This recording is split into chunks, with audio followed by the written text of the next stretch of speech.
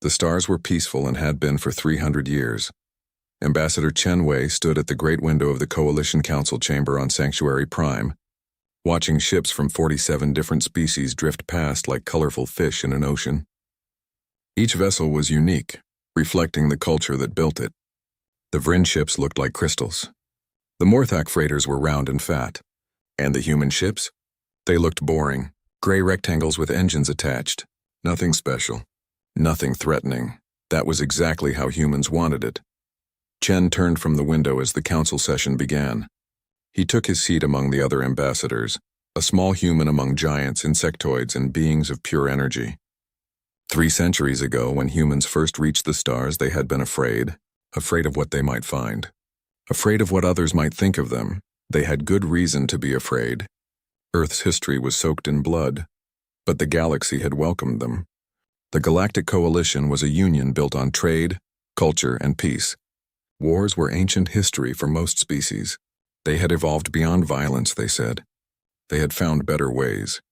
Humans had nodded and smiled and agreed. Yes, they too had evolved beyond violence.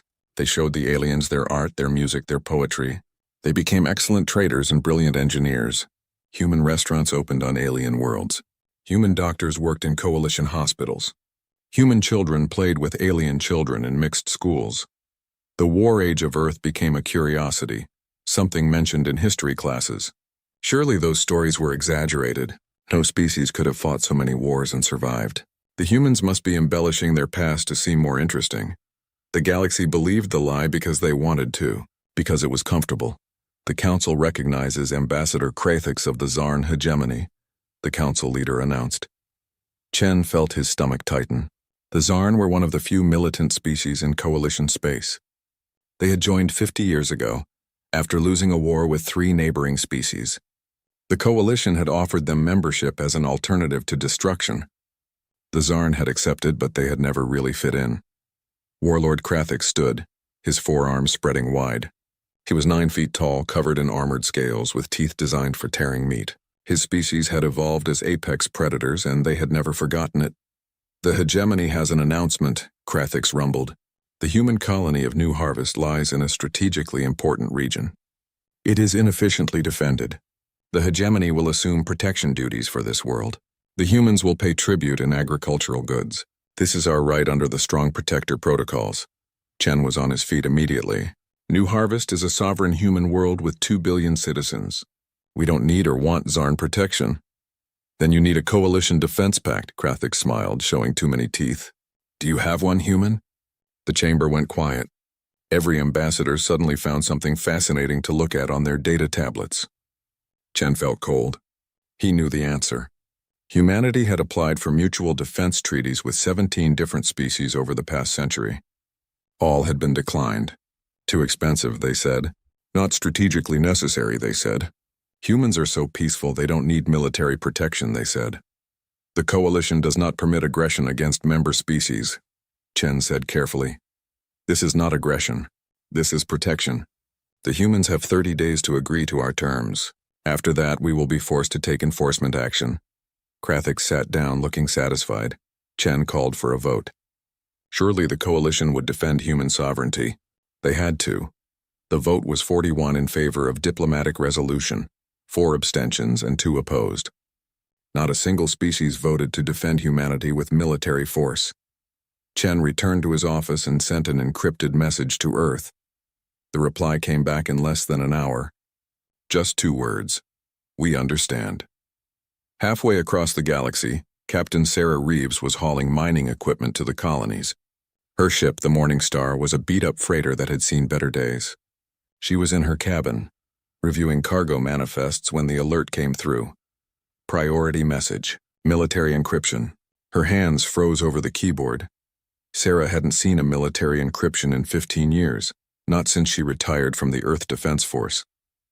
That organization was a joke now, everyone said. A symbolic force that ran parades and flew in formation for holidays. Who needed a real military when the galaxy was at peace? She opened the message. It was from Admiral Torres, her old commander. The message was brief. Stand by for recall orders. Protocol Fenrir may be activated. Monitor news from New Harvest. Sarah's blood ran cold. Protocol Fenrir. She had hoped she would never hear that name again. She switched on the news feeds and found them immediately. The Zarn had made their announcement. New Harvest had 30 days. The coalition had voted to do nothing. Someone knocked on her cabin door. Her first mate, a young man named David Chen, the ambassador's nephew, poked his head in. Captain? Did you see the news? I saw it. They're going to let the Zarn take New Harvest, aren't they? The coalition isn't going to help. Sarah looked at the young man. He was 25, born in space, educated on a coalition university world. He had never seen war. He thought history lessons about Earth's violent past were entertaining stories like myths or legends. David, go check on the cargo bay. Make sure everything is secured. But Captain, now please.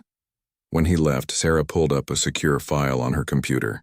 A file she had kept for 15 years but never opened. The file was labeled EDF Recall Protocol Eyes Only. She opened it and began to read. The next 30 days passed slowly. The Zarn moved ships into position near New Harvest but didn't attack. They were giving humanity time to surrender. How generous. Ambassador Chen continued to hold negotiations, but everyone knew they were going nowhere. The coalition offered to mediate. The Zarn smiled and said they were being perfectly reasonable. On Earth, something strange was happening. All outgoing communications stopped. The planet went dark. Other species noticed but assumed it was technical difficulties. Human colonies started running emergency drills. Human civilian ships began moving in odd patterns, concentrating near military-age populations. On New Harvest, 2 billion people waited. They built shelters. They downloaded survival guides. They did not panic. On day 30, the Zarn issued an ultimatum. Surrender now or face consequences. New Harvest responded with a single word. No. Warlord Krathix gave the order. Zarn warships opened fire on New Harvest's orbital stations. 40,000 people died in the first hour. The stations had been home to families, schools, gardens. Now they were debris. The galaxy watched in horror, and then they watched something else.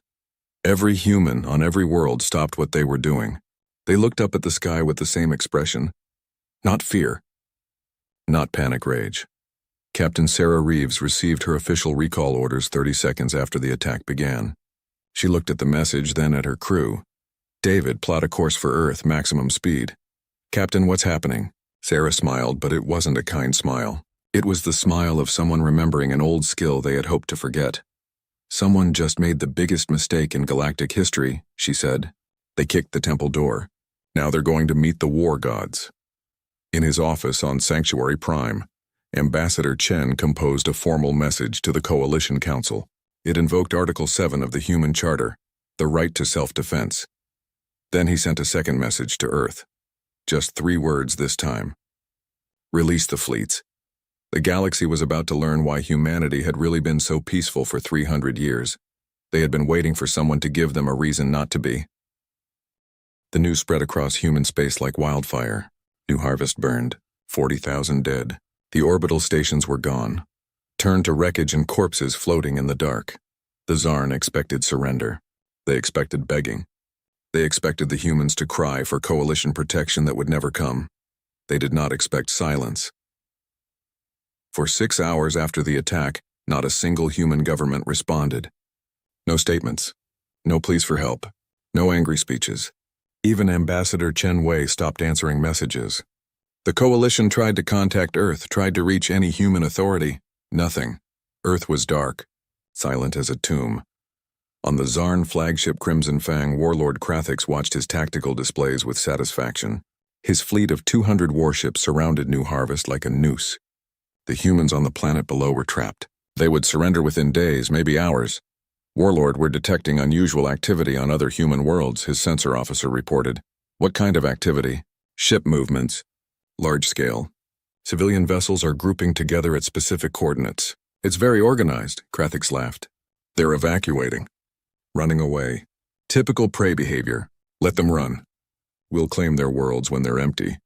But the ships weren't evacuating. They were gathering. Captain Sarah Reeves brought the Morning Star into Earth orbit 40 hours after the recall message. She had pushed her engines past safety limits to get here fast. What she saw when she arrived made her forget about engine damage. Earth was surrounded by ships. Thousands of them, Freighters, mining vessels, colony ships, passenger liners, research craft. Every human ship that could reach Earth had come home. They floated in organized formations, waiting, and among them, rising from the dark side of the planet, were ships that shouldn't exist. Sarah stared at her view screen. Those were warships, real warships. Massive, deadly, and absolutely beautiful. They were painted in dark gray with red stripes, bristling with weapons she recognized from old technical manuals. Manuals from before the Great Peace. "Captain, we're receiving docking instructions," David said quietly. His face was pale. "They're directing us to Luna Shipyard 7. "That shipyard was supposed to be a museum," Sarah whispered. "It was, ma'am." "Not anymore." Luna Shipyard 7 had been a tourist attraction for 100 years, old, outdated, a relic from humanity's violent past. Now it blazed with light and activity, and sitting in its main dock was a ship that made Sarah's heart race, the UESS Relentless, a Valkyrie-class dreadnought, the last of her kind, except she wasn't the last anymore. Through the view screen, Sarah could see 3 more Valkyrie-class ships under construction, and beyond them dozens of smaller warships, all in various stages of completion. They were building them. David breathed. All these years they were building warships and calling them something else. A message came through. Admiral Torres himself. "Captain Reeves, report to Docking Bay 3. Your new command awaits." Sarah's hands shook as she piloted the Morning Star in. Her new command. After 15 years flying a cargo freighter, they wanted her back in a warship. The Relentless was even more impressive up close. She was 3 kilometers long, armored like a fortress, carrying enough firepower to sterilize a continent. Sarah had trained on the original Relentless back before it was decommissioned, before they built the museum around it. That had been a lie. All of it had been a lie. Admiral Torres met her in the docking bay. He was older, grayer, but his eyes were sharp as knives. "Welcome back, Captain. I know you have questions." 300 years, sir." "We've been building warships for 300 years? Not exactly. For the first 100 years, we really did disarm. We really did try to be peaceful. But then we noticed something. The coalition species didn't trust each other enough to defend each other. Every vote for military action failed. Every mutual defense treaty got blocked. Species were left to die because nobody wanted to fight. They walked through the Relentless together. The corridors hummed with power. Crew members rushed past, preparing the ship for launch. "We realized we were on our own," Torres continued. "So we adapted. Every cargo ship we built had reinforced hulls and hidden weapon mounts. Every mining laser could be a ship killer. Every colony had underground factories. We hid an entire military-industrial complex inside civilian infrastructure. The coalition never noticed. They didn't want to notice. We were peaceful humans. Harmless traitors. We made sure they saw what they expected to see." Torres stopped at a door marked Captain's Ready Room. "This is yours. We launch in 18 hours. Your orders are in the system." Sarah entered her new Ready Room. It was stark and functional, with a large view screen showing tactical displays. She pulled up her orders and read them carefully. Fleet composition: 240 warships. Destination New Harvest. Mission Liberation and Retaliation. There was more. Much more. Ship classes she didn't recognize. Weapons systems that seemed impossible. And at the bottom, a single line that made her blood run cold. Rules of engagement, Terran Protocol 7, no restrictions. She had heard of Protocol 7. It was the nightmare scenario. Totava, no holds barred. Across human space, the transformation continued. Mars shipyards lit up. Titan forges roared to life.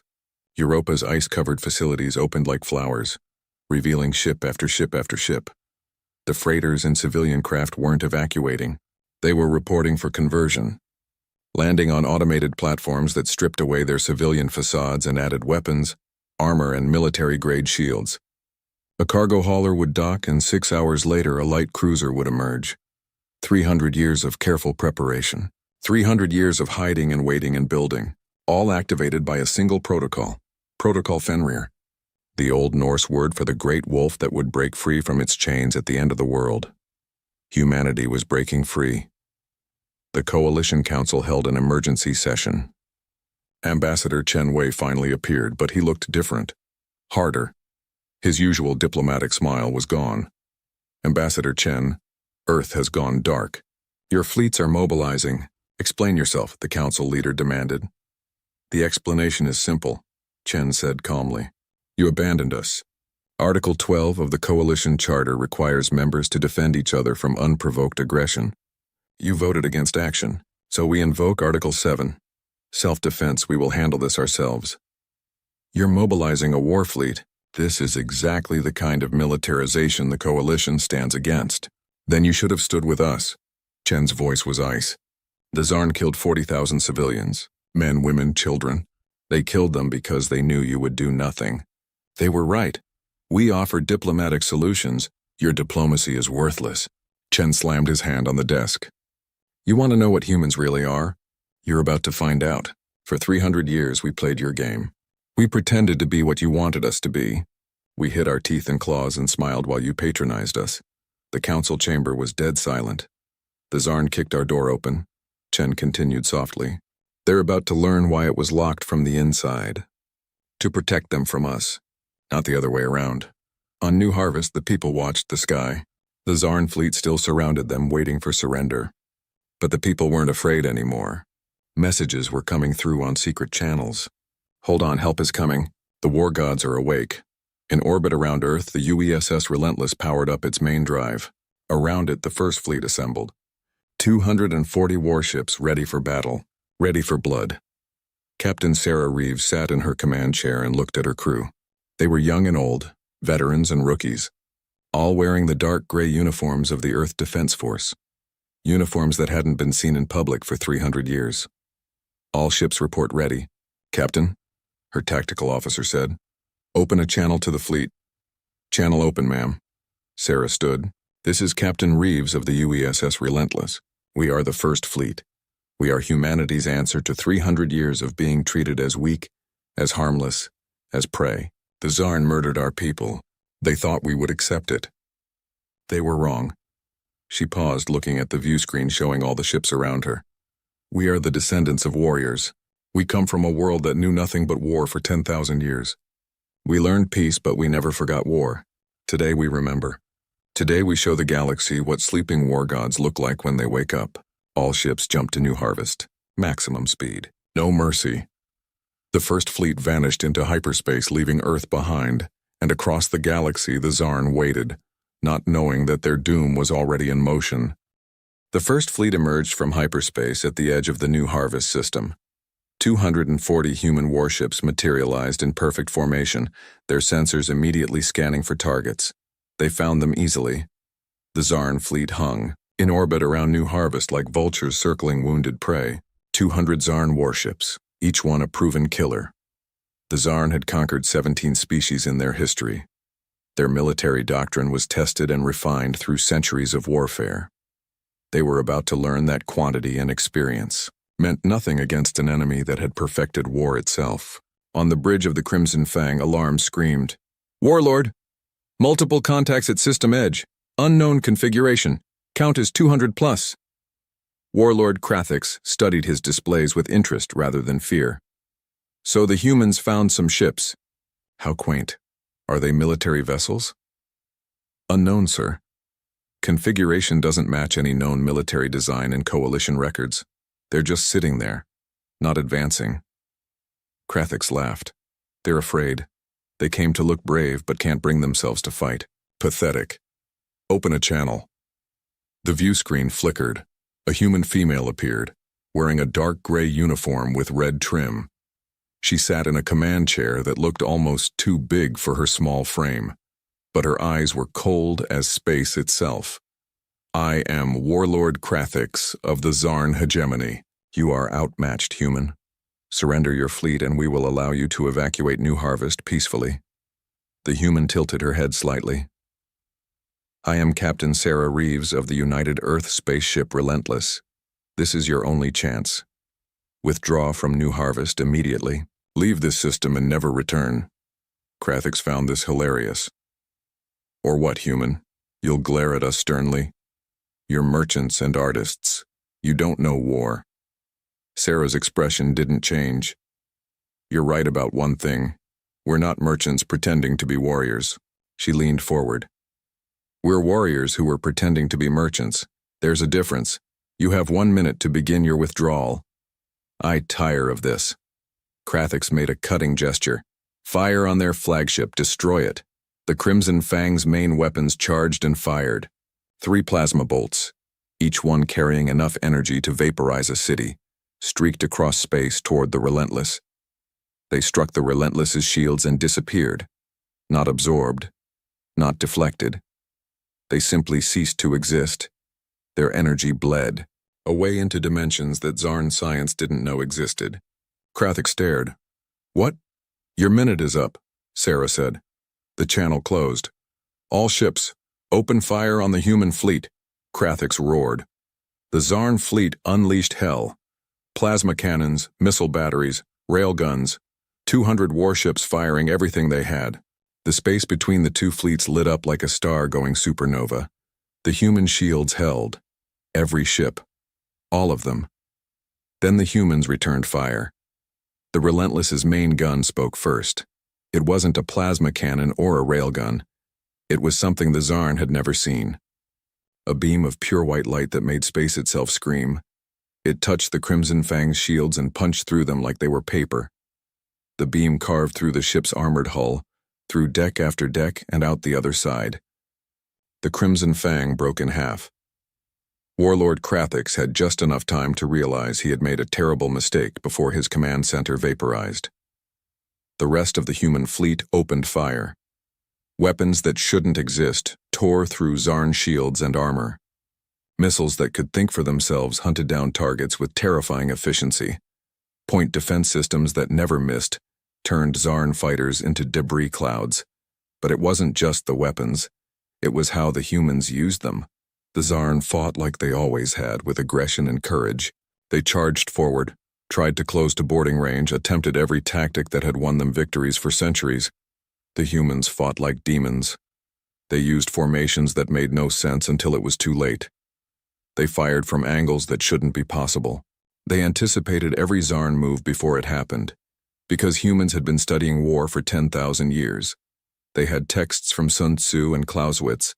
They had learned from Napoleon and Patton and 1,000 other generals whose names the galaxy had never heard. While other species had forgotten war, humans had turned it into an art form and then hidden that art behind a smile and a handshake. Captain Sarah Reeves watched her tactical display with cold satisfaction. Target their command ships first. I want their fleet coordination disrupted within 5 minutes. Yes, ma'am. Enemy flagship is destroyed, designating new priority targets. The battle, if it could be called that, lasted 4 hours. The Zarn fought bravely. They died bravely. But bravery meant nothing against an enemy that had weaponized physics itself.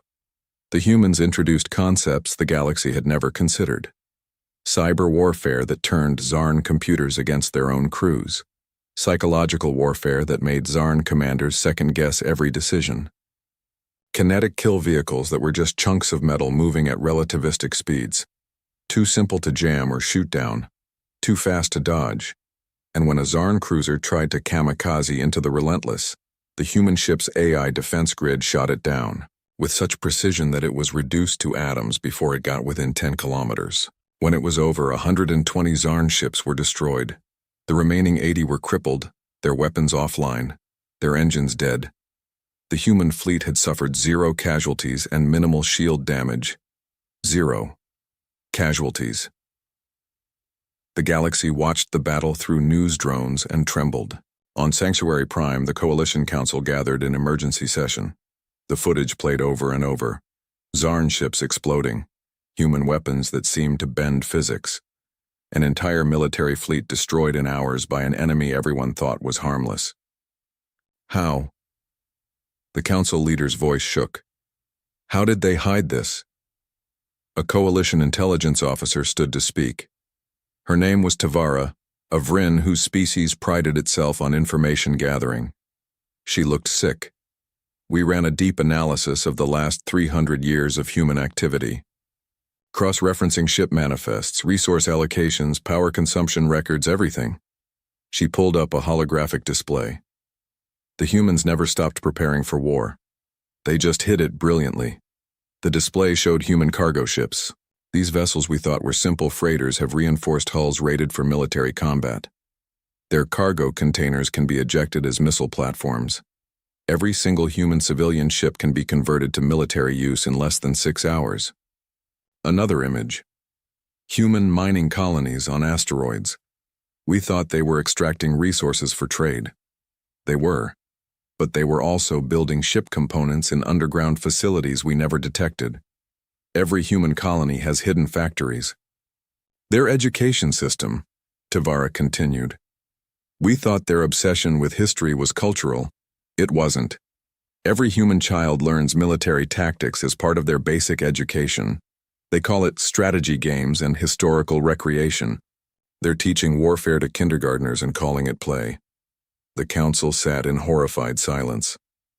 There's more, Tavara said quietly. Their technology. We thought humans were good engineers. We had no idea how good. Those shields that stopped the Zarn weapons? They're based on principles we're still trying to understand. That white light weapon that cut through the Crimson Fang? It's a focused gravity beam. They've weaponized gravity. But our scientists said that was impossible. Human scientists clearly disagreed. Tavara closed the display. We've been thinking about this wrong. Humans didn't hide a military behind their civilian society. They built a civilian society that was a military. Every farmer knows how to operate anti-aircraft guns. Every teacher can read tactical displays. Every musician can field strip a rifle. They're all soldiers, every single one of them. They just forgot for 300 years. Until the Zarn reminded them, someone whispered. Back at New Harvest, the human fleet took up position around the planet. Rescue ships descended to help the wounded and repair the damaged stations. Medical teams worked around the clock. Captain Sarah Reeves contacted the Zarn survivors. The acting Zarn commander was a young officer who had never expected to take command. This is Captain Reeves. Your fleet is destroyed. Your warlord is dead. He will power down all remaining systems and await our boarding parties. Any resistance will be met with immediate destruction. Do you understand? Yes. The Zarn officer's voice was hollow. I understand. But I must ask, why? Why hide such power? Why pretend to be weak? Sarah was quiet for a moment. Because we remember what we were.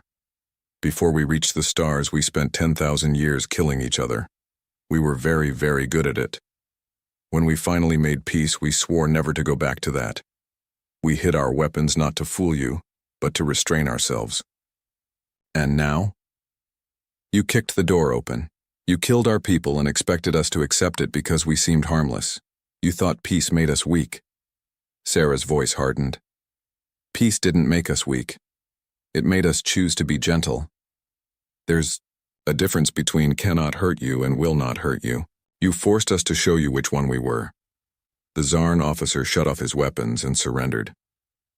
On the Relentless, Sarah stood and addressed her crew. Well done, everyone. But this is just the beginning. We've won one battle. The Zarn hegemony still exists. They still have armies and fleets, and now they know we're not what they thought. What are our orders, Captain? Her tactical officer asked. Sarah pulled up a star chart showing Zarn territory. Dozens of worlds. Hundreds of military installations. The entire Zarn war machine. The war lasted 60 days. For the Zarn hegemony, it felt like an eternity. For humanity, it was just long enough to remind them of what they had tried so hard to forget. The first fleet struck the Zarn colony of Kreshtar on day 3. The Zarn had fortified it heavily after news of the New Harvest defeat reached them. They had triple-layered shields, planetary defense guns, and orbital minefields. It should have taken months to crack. The humans did it in 6 hours. They used weapons that made the Zarn question reality itself. Missiles that appeared inside shield perimeters, having somehow teleported through solid barriers. Drones that replicated themselves using matter from destroyed Zarn ships, turning the enemy's own vessels into weapons against them. And worst of all, cyber attacks that were so sophisticated they seemed almost alive. The Zarn tried to shut down their computer systems to prevent hacking. The human AI simply wrote new code into their backup systems using quantum entanglement. The Zarn tried to fight without computers. The humans shot them apart with conventional weapons. There was no winning move. The second fleet hit Zarn mining operations in the Keter Belt on day 7. These weren't military targets. They were industrial facilities lightly defended. The Zarn expected the humans to destroy them. Instead, the humans captured them intact, boarded them with soldiers who moved like ghosts and fought like demons. The Zarn defenders were given a simple choice: surrender or die. Most chose surrender. Why are you capturing our facilities? A Zarn mine supervisor asked his human captor. Why not just destroy them? The human soldier, a woman named Martinez, checked her rifle's charge. Because after this war is over, your people will need jobs. They'll need a way to feed themselves. We're not here to commit genocide. We're here to break your military so they never threaten anyone again. The supervisor stared. You're conquering us to help us? No, we're conquering you to teach you. There's a difference. The Third Fleet pushed deep into Zarn territory on day 12. They encountered the Zarn's Second Armada, 200 fresh warships that had been held in reserve. The Zarn commanders were confident. These ships had newer weapons, better shields. They had studied the human tactics from New Harvest. It didn't matter. The humans had already moved on to new tactics. They used relativistic kill vehicles now. Chunks of metal accelerated to 90% light speed. The Zarn couldn't detect them until it was too late. Couldn't shoot them down. Couldn't dodge them. Physics became a weapon, and physics always won. The Zarn's Second Armada lasted 3 hours. By day 20, the Zarn had lost half their military fleet. By day 30, they had lost 3/4. By day 40, they were desperately pulling back to defend Zarn Prime, their homeworld. Captain Sarah Reeves stood on the bridge of the Relentless and studied the tactical display. Zarn Prime hung before her like a poisoned fruit. The entire remaining Zarn military was there. Every ship, every gun, every soldier. They were going to make their last stand. Intel reports? She asked. Her intelligence officer pulled up data. Zarn Prime has population of 14 billion. Military forces concentrated in 3 orbital fortress complexes. Planetary shields at maximum. Ground-based weapons across every continent. They're ready to fight to the last. Casualties if we force a landing? Millions. Theirs and ours. Maybe tens of millions. Sarah was quiet. Around her, the combined human fleets gathered. 400 warships now, more arriving every day. They had the strength to crush Zarn Prime, to burn it from orbit, to make it a monument to the price of threatening humanity. But that wasn't why they came. Contact Ambassador Chen, Sarah said. Tell him we need him here for the next phase. Chen arrived 3 days later, his diplomatic shuttle escorted by human fighters. He met Sarah in her ready room. He looked tired. The past weeks had aged him. The coalition is terrified, he said without preamble. They're holding emergency sessions every day, debating whether humanity has become the new threat. What do you think? Sarah asked. I think we became what we had to become, but I also think we need to be careful about what comes next. Chen pulled up images on the display. These are the latest intel reports from Zarn Prime. They're not surrendering because they're afraid we'll exterminate them. They think dying in battle is better than whatever we'll do to them after. We've gone out of our way to show mercy to prisoners. They don't believe it. To them, we're demons, monsters. They've seen what our weapons can do. They think we're going to do to them what they've done to other species. Conquest, slavery, genocide. Sarah rubbed her temples. So what do? We give them a choice. A real one. But first, we have to make them understand they've truly lost. That continued fighting is pointless. You want me to demonstrate overwhelming force. I want you to demonstrate impossible force, something so terrifying they'll understand that resistance is futile. Then we offer them a way out that doesn't involve their extinction. Sarah thought about it. Then she smiled, and it wasn't a nice smile. I have an idea, but it's going to give the coalition nightmares. At this point, what's one more nightmare? 3 days later, the Zarn detected something massive entering their system. It wasn't a ship. It was too big. At first they thought it was an asteroid, but asteroids didn't move under their own power or emit energy signatures. Then they got a clear scan and their blood turned to ice. It was a weapons platform. A single structure, 30 kilometers long, bristling with enough firepower to sterilize a solar system. And it was pointing at their sun. On Zarn Prime, alarms screamed in every military installation. Scientists ran calculations and came back with numbers that couldn't be real. The energy readings from that platform were impossible. If it fired, if it actually used its main weapon, can they really kill our sun? The Zarn Chancellor stared at his science advisor. The readings suggest they could destabilize it, yes, Our sun would go supernova. Everything in this system would die within hours. The Chancellor sat down heavily. 14 billion people. His entire species lived in this system. They had colonies elsewhere, but 90% of all Zarn lived here, on their homeworld. They wouldn't. They can't. No species would.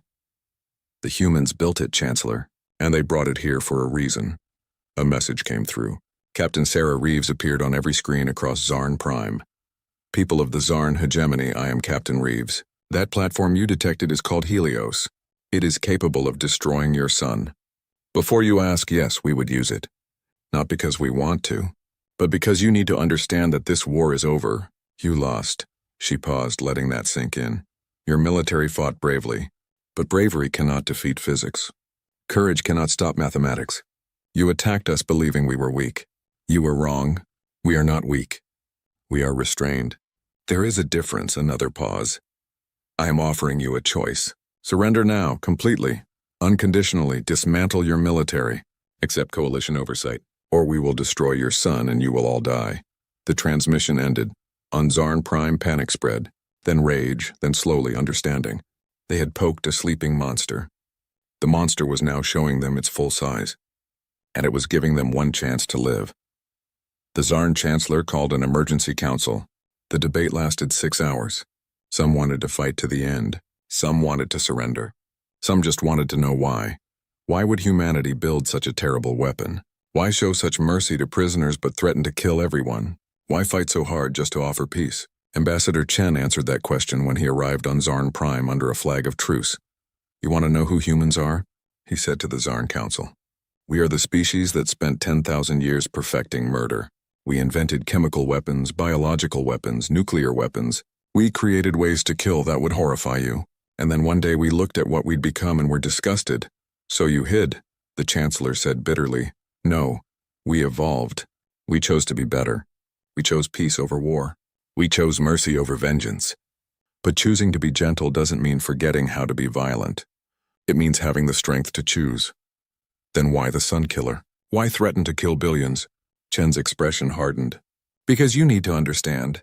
You called us weak. You murdered 40,000 civilians to prove it. You did it because you thought we couldn't respond. You were wrong. We can respond.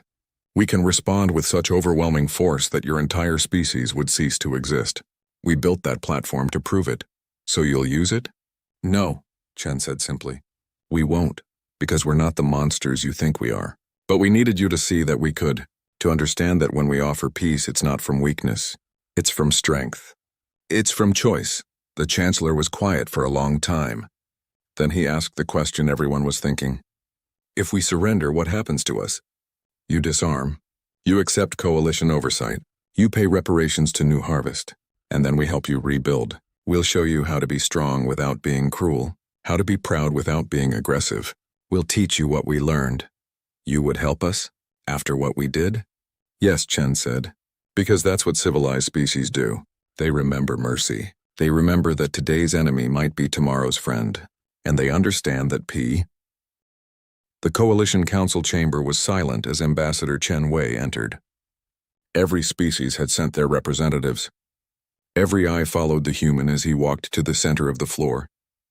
He carried no data tablets, no notes. He didn't need them. The Council demands an explanation, Council Leader Vextor began. Humanity has violated 17 different weapons treaties. You possess technology that was banned after the Frontier Wars. You threatened to commit genocide. You have acted as judge, jury, and executioner without coalition approval. Yes, Chen said simply. We did all of those things. The chamber erupted in angry voices. Chen waited for them to quiet down. We did those things because you left us no choice. Article 12 of the Coalition Charter requires mutual defense. When the Zarn attacked New Harvest, we invoked that article. You voted it down. 41 species voted to do nothing while humans died. You abandoned us. We offered diplomatic solutions. You offered words, Chen cut him off. The Zarn offered violence. Words don't stop violence. Only greater violence stops violence. You all know this. Your species learned it in your own histories. But you forgot. You built a civilization on the assumption that everyone would choose peace. And that is wrong? Vextor demanded. No, that is naive. You built a house with no locks and wondered why thieves came. Chen pulled up a holographic display. We ran an analysis. In the past 300 years, 14 coalition species have been attacked by outside forces. Every single time, the coalition voted for diplomatic solutions. Every single time those solutions failed, 8 of those species no longer exist. The chamber went quiet. You didn't defend them, Chen continued. You held meetings while they died. You passed resolutions while their worlds burned. And then you held memorial services and pretended you'd done everything you could. You built a peace based on hope. Hope that everyone would be reasonable. Hope that no one would choose violence. What would you have us do? Maintain war fleets? Become militaristic like the species we despise? No, Chen said quietly. You should have been honest. You should have admitted that peace requires strength to defend it. Instead, you created a society where being strong was seen as barbaric, where preparing for war was treated as warmongering. You made weakness into a virtue. He looked around the chamber. Humanity learned differently. We learned that peace is not the absence of the ability to make war. Peace is the choice not to make war when you can. You can't choose peace if you're not capable of choosing war. And now you want to lecture us on morality? A Vrin ambassador stood. You threatened to kill 14 billion people. You built weapons that violate everything civilization stands for. Yes, we did. Chen's voice hardened. We built those weapons and then didn't use them. We had the power to commit genocide and chose not to. The Zarn surrendered because they understood we could destroy them, but would show mercy instead. That is strength. That is civilization. Not your pretend peace where everyone is safe only because no one threatens them. You could have destroyed us all, someone whispered. We still could, Chen said bluntly. The Helios platform is one of 7. We have weapons you haven't seen yet. Weapons we pray we never have to use. We've spent 300 years building them while you've spent 300 years forgetting that evil exists. Vextor stood slowly. So what do you want, Ambassador? What is humanity's demand? Chen was quiet for a moment. Then he pulled up a new document. Humanity formally withdraws from the coalition. Effective immediately. We will no longer be subject to your rules, your treaties, or your naive belief that talking is the same as acting. The chamber erupted again. Species shouted over each other. Some demanded humanity be sanctioned. Some looked relieved. Some looked terrified. However, Chen's voice cut through the noise. We propose a new arrangement. Humanity will become a protectorate force for coalition space. Independent, autonomous. Not bound by your voting procedures or your endless debates. What does that mean? Vextor asked carefully. It means when a coalition species is attacked, humanity will respond. Not after 3 weeks of debate. Not after committees study the issue. Immediately. We will defend coalition species from aggression, piracy, and violence. And in return, nothing. This is not a transaction. This is a responsibility. We have the strength to defend others, so we will. But we will do it on our terms. A small ambassador from a species called the Miri stood up. They were a peaceful, rabbit-like species who had nearly been wiped out by pirates 15 years ago. The coalition had eventually stopped the pirates, but not before millions of Miri died. Why? The Miri ambassador asked. Why would you protect us for nothing? What do you gain? Chen smiled sadly. Do you know what humans call the period before we reach the stars? The War Age. 10,000 years of killing each other. Every human alive today carries the genetic memory of that horror. We know what unchecked violence looks like. We know what it's like to be helpless while others suffer. We don't want anyone else to experience that. But you could rule us, someone said. With your weapons, you could conquer the entire coalition. We could, Chen agreed. And that's exactly why we won't. Power without restraint is tyranny. We've been tyrants before. We didn't like what it made us. So we'll be guardians instead. We'll be the ones who stand between civilization and chaos. Not because we have to. Because we choose to. The vote took 3 days. In the end, 32 species agreed to humanity's protectorate arrangement. 15 rejected it, preferring to remain independent. 5 species asked to join Earth's new alliance directly, wanting closer ties with humanity. The coalition itself survived, but changed. Humanity's departure in the Zarn War had shattered the illusion of peace through wishful thinking. Species started rebuilding their own defenses, not massive war fleets, but enough to defend themselves. The Coalition Council created a new rapid response protocol, so votes could happen faster when threats emerged. They learned, slowly, painfully, But they learned. Captain Sarah Reeves stood in the main hangar of the newly christened Terran Defense Station, a massive orbital facility that would serve as headquarters for humanity's Guardian fleet. Ships came and went constantly, patrols being organized, training exercises, diplomatic escorts for species that requested protection. Captain Reeves, a young officer, approached. "I have a question, ma'am." "Go ahead. Are we really going to do this forever? Be the galaxy's police force? We have our own worlds to protect, our own people to think about." Sarah looked out at the stars. "Humanity spent 10,000 years learning how to kill. We got very good at it. Then we spent 300 years trying to forget," the Zarn reminded us. "But here's the thing, we can't forget again. That knowledge is part of us now, so we have two choices. Use it for ourselves or use it for others. And we chose others. We chose to give our violent nature a purpose. To make our capacity for war into a shield instead of a sword. Does that make sense?" The young officer thought about it. "So we're like guardian dogs? Dangerous but protecting the flock. Something like that. Though I prefer to think of us as guardians who remember what the wolves look like because we used to be wolves ourselves." 10 years passed.